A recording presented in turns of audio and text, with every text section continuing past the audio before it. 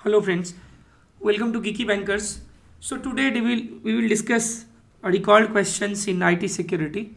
So these are the questions which is being frequently asked in examination, IBF IT security examinations. जो भी मान लीजिए इससे पहले हमारा एग्ज़ाम हुआ था, ठीक है, IT सिक्योरिटी में, तो जो क्वेश्चंस फ्रीक्वेंटली पूछे जा रहे हैं तो उसको हमने यहाँ पे इंक्लूड किया है, ठीक है. So before we will start, just an information for all of you कि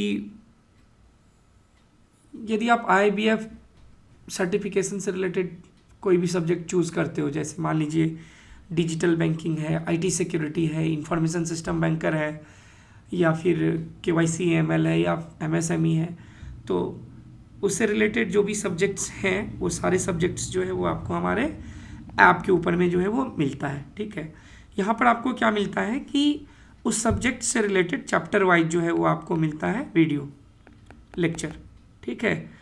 आपको वीडियो लेक्चर मिलता है चैप्टर वाइज, और उसके बाद क्या है कि हम लोग वीडियो मॉक टेस्ट भी बनाते हैं, जैसे कि आज वाला हमारा ये क्लास है, तो वीडियो मॉक मिलता है और देन MCQs मिलते हैं, ठीक है. MCQs मिलते हैं, chapter wise MCQ, topic wise MCQ and then mixed MCQ.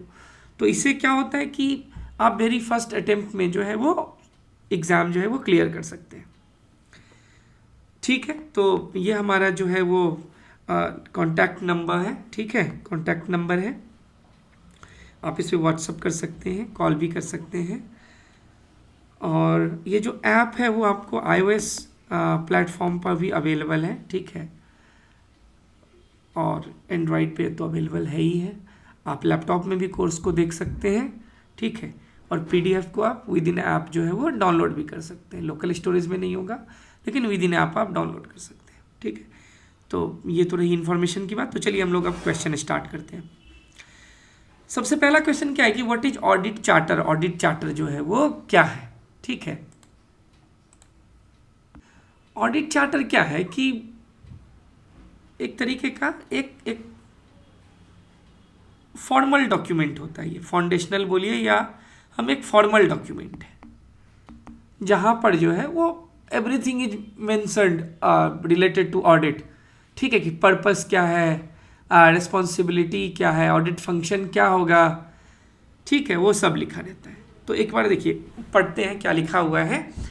An audit charter is a foundational document that formally defines the purpose, authority and responsibility of an internal audit function, ठीक है, कि purpose क्या है, ठीक है, responsibility क्या है, authority क्या है, ठीक है.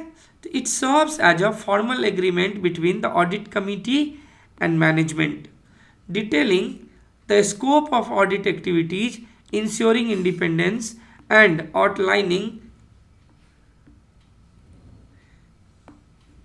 The audit's objective and accountability mechanism, ठीक है.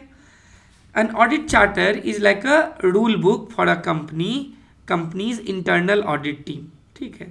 It tells them what their job is, what they are allowed to do, and who they have to report to it.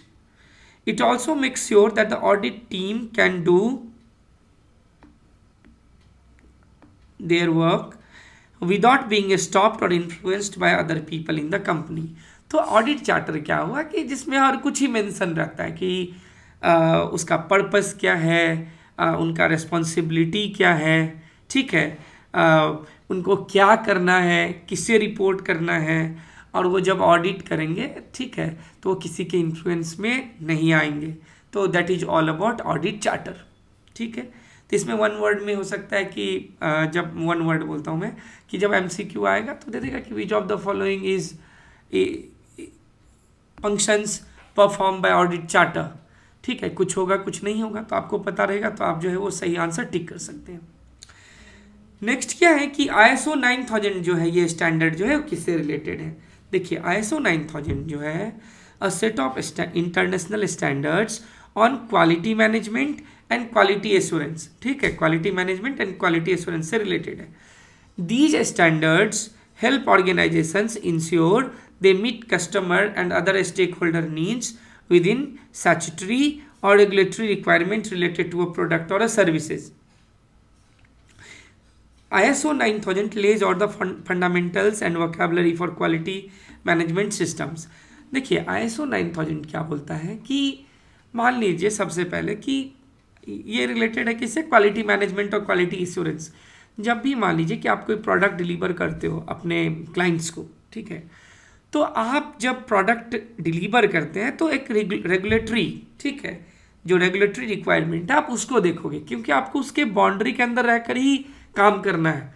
ऐसा नहीं कि जब आप कोई प्रोडक्ट बना रहे हो तो आप रेगुलेटरी एस्पेक्ट को नहीं देखो। अब मान लीजिए कि आपको कोई बोलता है कि मेरे लिए एक ऐसा सॉफ्टवेयर बनाओ जिससे मैं स्पाई कर सकूं, स्पाई दूसरे के मोबाइल फ़ोन्स का, तो शायद आप नहीं बनाओगे, ठीक है, क्योंकि रेगुलेटरी एस्पेक्ट जो है वो आपको अलाउ नहीं करेगा कि आप ऐसा सॉफ्टवेयर कुछ जो है वो बनाओ।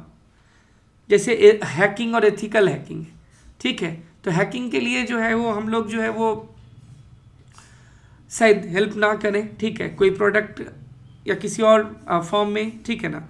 तो ये ISO 9000 क्या बोलता है कि ये क्वालिटी एश्योरेंस से रिलेटेड है, और क्या है कि जब भी आप डिलीवर करते हैं प्रोडक्ट को तो this should come under the regulatory requirements, और मतलब जो विद इन स्टैट्यूटरी और रेगुलेटरी रिक्वायरमेंट है ना उसको फॉलो करते हुए आप प्रोडक्ट डिलीवर करोगे।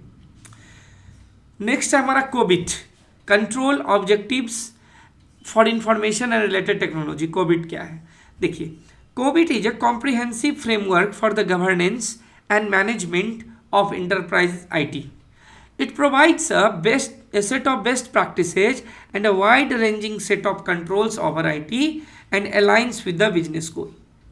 COBIT's primary focus is to improve the value and manage the risk associated with IT. ठीक है, तो ये क्या हो गया कि manage the risk associated with, मतलब कि इसका प्राइमरी फोकस क्या है कि जो हमारा रिस्क है IT से रिलेटेड, ठीक है, उसको मैनेज करना, ठीक है, इम्प्रूव करना, ठीक है। ऐसे भी बोल सकते हैं कि देखिए क्या है कि COBIT offers a set of best practices और analytical tools to ensure IT processes align with organizational goals effectively, manage risk and ensure compliance with relevant laws and standard। तो कोबिट क्या करता है कि ये क्या है कि सेट ऑफ बेस्ट प्रैक्टिसेज है, ठीक है, सेट ऑफ बेस्ट प्रैक्टिसेज है, ठीक है, या आपको टूल भी प्रोवाइड करता है, मतलब आप उससे क्या क्या इंश्योर करते हो। कोबिट का जो बेस्ट प्रैक्टिसेज है, ठीक है, उससे हमें क्या मिलता है, तो सबसे पहले कि हमारा जो IT प्रोसेसेस है वो ऑर्गेनाइजेशनल गोल जो हमारा है उससे अलाइन है कि नहीं है, और जो रिस्क है वो सही से मैनेज हो रहा है कि नहीं है। तीसरा क्या है कि ये जो रिलीवेंस लॉज हैं, ठीक है, उससे कंप्लाइड है कि नहीं है आपका ऑर्गेनाइजेशन, ठीक है, जो आपका प्रैक्टिसेज है ऑर्गेनाइजेशनल प्रैक्टिसेज उसमें। तो कोबिट जो है वो यही सब है। नेक्स्ट क्या है कि 3 pillar of information security. Information security क्या है कि 3, कॉन्फिडेंशियलिटी, इंटीग्रिटी, अवेलेबिलिटी। कॉन्फिडेंशियलिटी क्या होता है कि मान लीजिए कि इंफॉर्मेशन है वो मान लीजिए ऑथोराइज्ड लोगों को ही पता हो, स्पेसिफिक लोगों को ही पता हो जिनसे वो रिलेटेड है, ठीक है। इंटीग्रिटी क्या है कि safeguard the accuracy and completeness of information and processing methods, ठीक है, कि ऐसा नहीं हो कि इंफॉर्मेशन कुछ और था और जब वो आगे पहुंच रहा है तो वो मॉडिफाई हो जा रहा है, वो ऐसा नहीं हो, ठीक है। अवेलेबिलिटी क्या है कि in the time of need, जब आपको इंफॉर्मेशन चाहिए तो आपके लिए एक्सेसिबल हो, अवेलेबल हो। तो ये हमारा 3 पिलर है, confidentiality, integrity and availability. Next क्या है हमारा फॉल्ट टॉलरेंस सिस्टम क्या है। देखिए फॉल्ट टॉलरेंस सिस्टम क्या है कि is design to ensure a system remains functional even when part of its components fail, ठीक है। तो ये क्या है कि ensure a system remains functional even when part of its components fail. A fault tolerant system is designed to continue operation properly even in the event of failure within some of its components. This is achieved through redundancy in hardware, software or network components, ensuring that no single point of failure can disrupt the entire system operation. तो fault tolerance system क्या है कि मान लीजिए सबसे पहले जो SOP होता है, single point of failure, SPF, single point of failure को अवॉइड करना है। अब मान लीजिए मैं सिंपल इसका एक एग्जांपल देता हूं कि मान लीजिए हमारा जो सर्वर होता है, तो एक सर्वर में मल्टीपल एसएमपीएस होता है ना, स्विच्ड मोड पावर सप्लाई, ठीक है। तो क्या है कि यदि एक फेल भी हो जाए तो दूसरा जो है चलता रहे। यदि एक ही फेल हो जाएगा तो सिर्फ एक एसएमपीएस के कारण आपका पूरा जो है वो ऑपरेशनल फेल हो जाएगा। एक सिंपल एग्जामिनेशन में दे रहा हूँ। तो आपका जो सिस्टम है वहाँ पे कहीं पे भी जो है वो सिंगल पॉइंट ऑफ फेलियर जो है वो नहीं रहे फॉल्ट टॉलरेंस सिस्टम में, ठीक है। तो फॉल्ट टॉलरेंस सिस्टम क्या होता है कि it is designed in to ensure a system remains functional even when part of its component fail, ठीक है, and is design to continue operating properly even in the event of failure within some of its component. This is achieved through redundancy in hardware, software or network component, ensuring that no single point of failure can disrupt the entire system's operation. ठीक है, fault tolerance system समझ में आया होगा। और ये क्यों जरूरी है? तो this approach is crucial in critical system where up time and reliability are paramount. बहुत इंपॉर्टेंट है जहाँ पे अप टाइम और रिलायबिलिटी बहुत इंपॉर्टेंट है, जैसे financial services, health care system, telecommunication, ये सब है ना। नेक्स्ट हमारा क्या है कि ISO 27000 स्टैंडर्ड। तो ये जो ISO 27000 सीरीज है ये है आपको ISMS फैमिली। तो ISMS क्या होता है? तो information security and management system.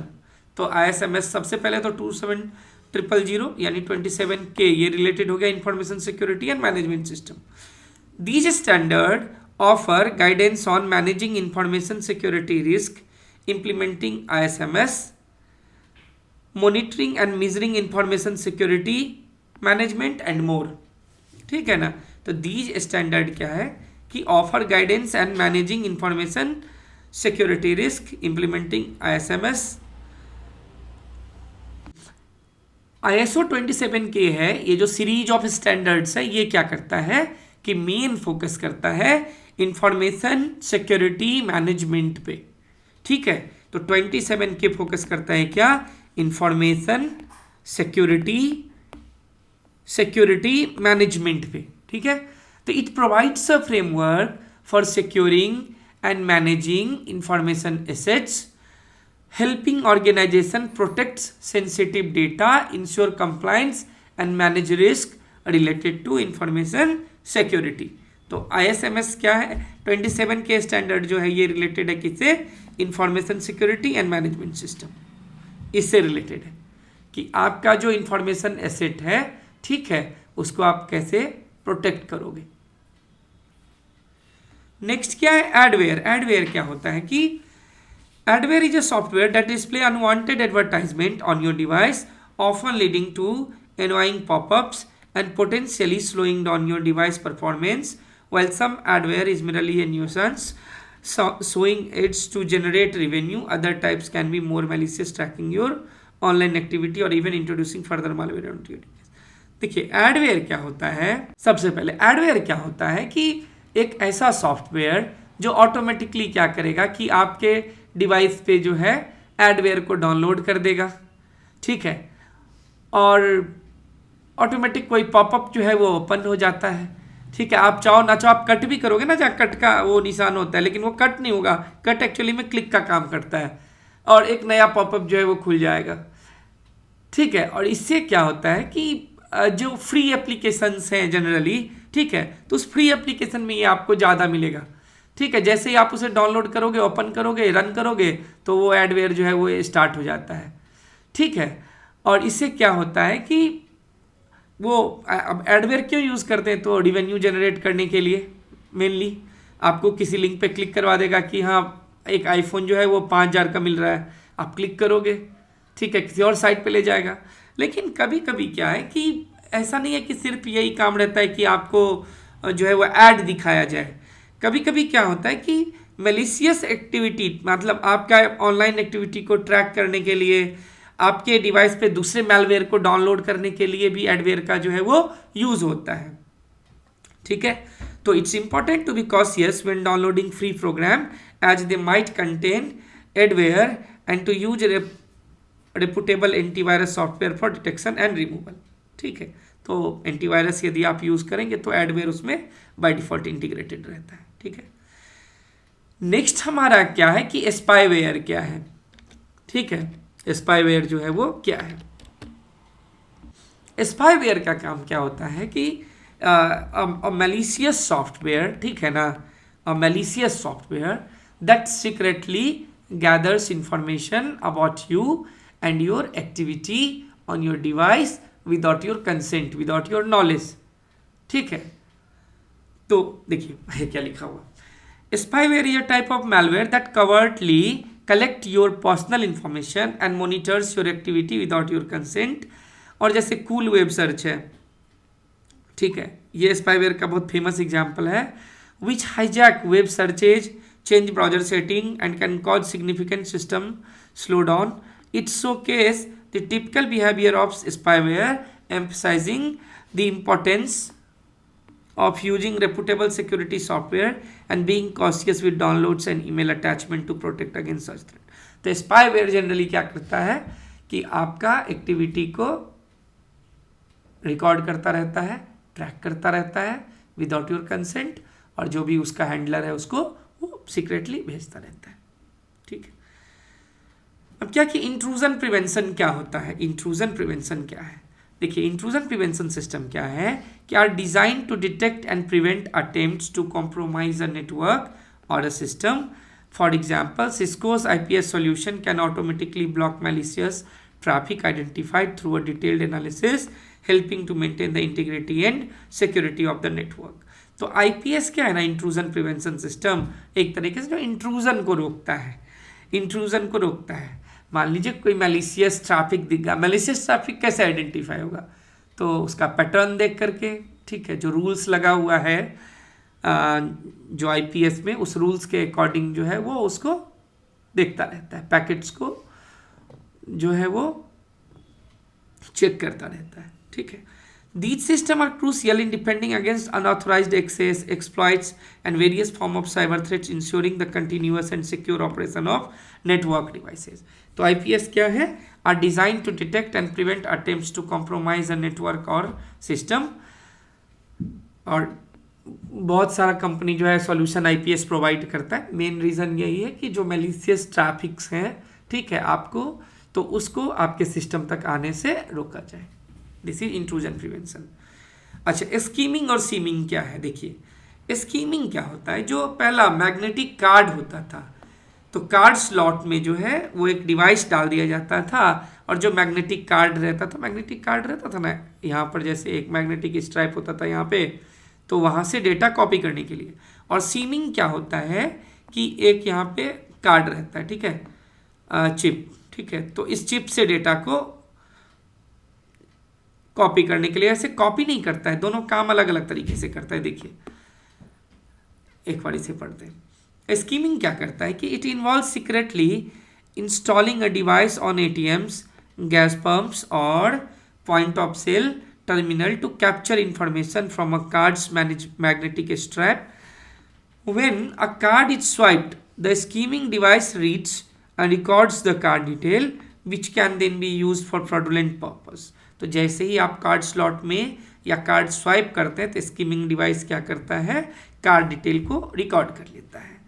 And seeming क्या है, तो इसमें क्या होता है कि steel data from a chip based credit और डेबिट कार्ड्स, उससे कॉपी करता है। It involves inserting a thin card size device with a microchip into the card slot of ATM or point of sale terminal।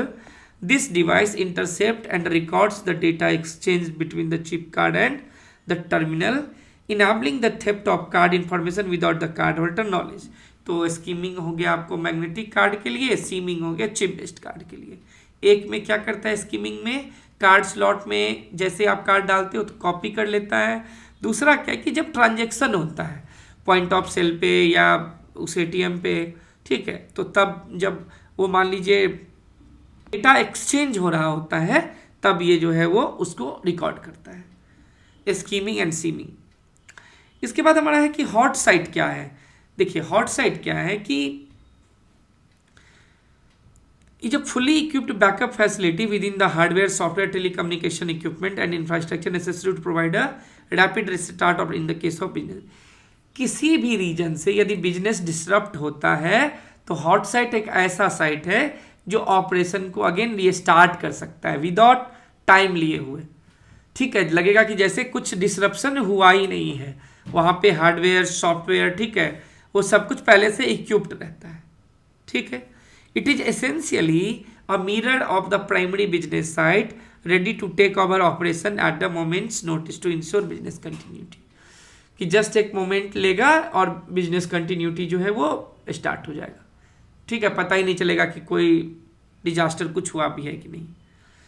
ISO 14000 ये क्या है? तो this is related to environmental management that exist to help organisation minimize how their operations negatively impact the environment, comply with applicable laws, regulations, and other environmentally oriented requirements, and continually improve in the above। ISO 14000 किससे related है? तो ये किससे related है कि environmental से related है कि आपका जो ऑर्गेनाइजेशन है, ठीक है, आपका जो ऑर्गेनाइजेशन है वो एनवायरनमेंट को कैसे निगेटिवली जो है वो इम्पैक्ट कर रहा है। ठीक है, तो ये जो हमारा ISO 14000 स्टैंडर्ड है, ठीक है, ये इसी से रिलेटेड है। ठीक है,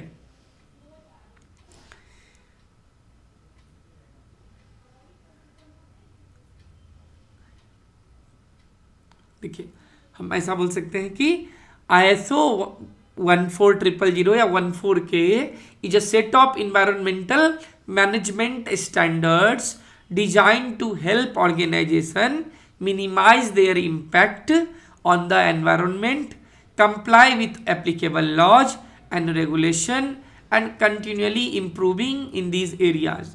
तो 14000 क्या है कि एक तरीके से एनवायरमेंटल गाइडलाइंस है। ठीक है, जो हर ऑर्गेनाइजेशन के लिए एप्लीकेबल है। ठीक है, तो ये क्या होता है कि आपका जो ऑर्गेनाइजेशनल है, मान लीजिए जैसे कार्बन फुटप्रिंट को बढ़ाता है तो उसको कैसे कम किया जाए। ठीक है, मतलब एनवायरमेंटल एस्पेक्ट को ध्यान में रखते हुए कुछ स्टैंडर्ड्स जो है डिज़ाइन किया गया है, या कुछ गाइडलाइंस हैं ISO 14000 में जो हर ऑर्गेनाइजेशन को फॉलो करना होता है। ठीक है,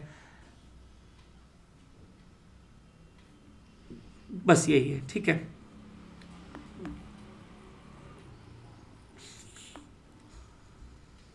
ISO 9000 क्या है? देखिए ISO 9000 क्या है कि ये भी 9000 का ही है। ठीक है, that provides a specific focus on software development, supply and maintenance. तो ये जो है वो सॉफ्टवेयर डेवलपमेंट, सप्लाई और मेंटेनेंस से रिलेटेड है ISO 9003। A/B टेस्टिंग क्या है? देखिए A/B टेस्टिंग क्या होता है कि ये दो वर्जन, एक ही सॉफ्टवेयर का यदि दो वर्जन है तो दोनों को आपस में कंपैरिजन किया जाता है। तो A/B testing is also known as a split testing, is a marketing experiment where you split your audience to test multiple version of a campaign और बोल सकते हैं ऑफ अ सॉफ्टवेयर। ठीक है, तो A/B टेस्टिंग में यही होता है, दो वर्जन को आपस में मतलब कंपेयर किया जाता है। व्हाइट बॉक्स टेस्टिंग आप लोग जानते हैं कि इसमें क्या है कि आपको इंटरनल लॉजिक पता होना चाहिए। White box testing internal logic पता होना चाहिए। यही यदि ब्लैक बॉक्स टेस्टिंग की बात करेंगे तो वहाँ पे नहीं पता होना चाहिए। ठीक है ना, व्हाइट बॉक्स टेस्टिंग जो करता है तो उसको थोड़ा बहुत पता रहता है कि इंटरनल लॉजिक कैसे काम कर रहा है। ठीक है, और इसका जो दो टाइप है वो है एक यूनिट टेस्टिंग और एक है इंटीग्रेशन टेस्टिंग। ठीक है, यूनिट टेस्टिंग में क्या होता है कि इंडिविजुअल यूनिट और कंपोनेंट को हम टेस्ट करते हैं। इंटीग्रेशन टेस्ट क्या है कि आपस में उसको डिफरेंट कंपोनेंट को इंटीग्रेट करके फिर टेस्ट करते हैं। और ये एग्जाम्पल किसका है? व्हाइट बॉक्स टेस्टिंग का एग्जाम्पल है। ठीक है, ग्रे बॉक्स टेस्टिंग क्या है? तो ये जो है ना वो व्हाइट बॉक्स और ब्लैक बॉक्स का मिक्स्ड फॉर्म है। ठीक है, मिक्स्ड फॉर्म है, तो इसलिए हम लोग बोलते हैं क्या कि it allows testers to have a partial knowledge. मतलब चूंकि ब्लैक बॉक्स में नहीं चाहिए, व्हाइट बॉक्स में थोड़ा मतलब पूरा चाहिए, तो दोनों को मिला के थोड़ा सा नॉलेज वाला इसको टेस्ट कर सकता है। जिसको थोड़ा बहुत पार्शियल नॉलेज हो, इंटरनल स्ट्रक्चर एप्लीकेशन का कैसा है तो ही can proceed with grey box testing. This method is effective in integrating testing perspective to identify different types of system vulnerabilities efficiently. ठीक है, तो ग्रे बॉक्स टेस्टिंग क्या होता है कि दोनों का मिक्स है, पार्शियल नॉलेज होगा तो वो एप्लीकेशन को टेस्ट कर सकता है. ठीक है, और ये क्यों किया जाता है, तो वही सिस्टम वल्नरेबिलिटीज को फाइंड करने के लिए. ब्लैक बॉक्स टेस्टिंग क्या है, तो ब्लैक बॉक्स टेस्टिंग पहले ही बोल दिया कि विदाउट एनी नॉलेज, जिसके पास कोई नॉलेज नहीं है वो भी टेस्ट कर सकता है. सेट ऑफ इनपुट दे देगा, बोलेगा क्या भाई ये सेट ऑफ इनपुट डालोगे और ये सेट ऑफ आउटपुट जो है वो आएगा. ठीक है ना, ये सेट ऑफ आउटपुट आएगा. तो that is black box testing, यानी नॉलेज नहीं, जो मतलब without any internal working application का नहीं भी पता हो तो आप कर सकते हैं. डिफरेंट टाइप क्या क्या है, तो functional testing, non functional testing and regression testing, इसका जो है वो टाइप है. ठीक है, बस आप टाइप याद रखो और कुछ नहीं. अच्छा ठीक है, तो ये हमारा क्लास जो है आज का यहीं पे कंप्लीट होता है. तो ऐसे ही हम और भी क्वेश्चंस को अगले क्लास में डिस्कस करेंगे. और अगेन यदि आप IIBF का कोई भी सर्टिफिकेशन कोर्स करना चाहते हैं, ठीक है, तो आप हमारा ऐप डाउनलोड करिए, वहाँ पे आपको सारे कोर्सेज मिलेंगे. ठीक है, कि चाहे वो आप कोई सा भी कोर्स करना चाह रहे हो, digital banking, IT security, prevention of cyber crime, information system banker, KYC ML, MSME, ethical banking, emerging technology, वो सब मिलेगा आपको. और वहाँ पे हम लोग क्या देते हैं कि चैप्टर वाइज पहले तो आपको वीडियो मिल जाएगा और उसके बाद चैप्टर वाइज MCQs मिल जाएंगे और वीडियो MCQs भी मिलेंगे. ठीक है, और मिक्स्ड MCQs भी मिलेंगे, so that in very first step you will pass this course. This is our WhatsApp number or you can also call on the same. So thank you, thanks for watching. And one more thing, ये जो हमारा है ना, हमारा Telegram channel है. ठीक है, हमारा टेलीग्राम चैनल है न्यू गीकी बैंकर से, t.me/new geeky banker. ठीक है, आप उसको ज्वाइन करिए. यहाँ पर ना हम लोग डेली क्वेश्चन डालते हैं, किसी ना किसी सर्टिफिकेशन एग्जाम से रिलेटेड हम लोग डेली कुछ क्वेश्चन प्रैक्टिस करवाते हैं. तो आप यहाँ पे हमें ज्वाइन कर सकते हैं. हमारा जो ऐप है वो एंड्रॉयड iOS दोनों प्लेटफॉर्म के लिए है. ठीक है, थैंक यू. यदि आपको टेलीग्राम ग्रुप फाइंड करने में प्रॉब्लम हो तो आप मुझे व्हाट्सएप पे हाई लिख सकते हैं, जहाँ पे हम लोग आपको शेयर कर देंगे. ठीक है ना, ठीक है, थैंक यू.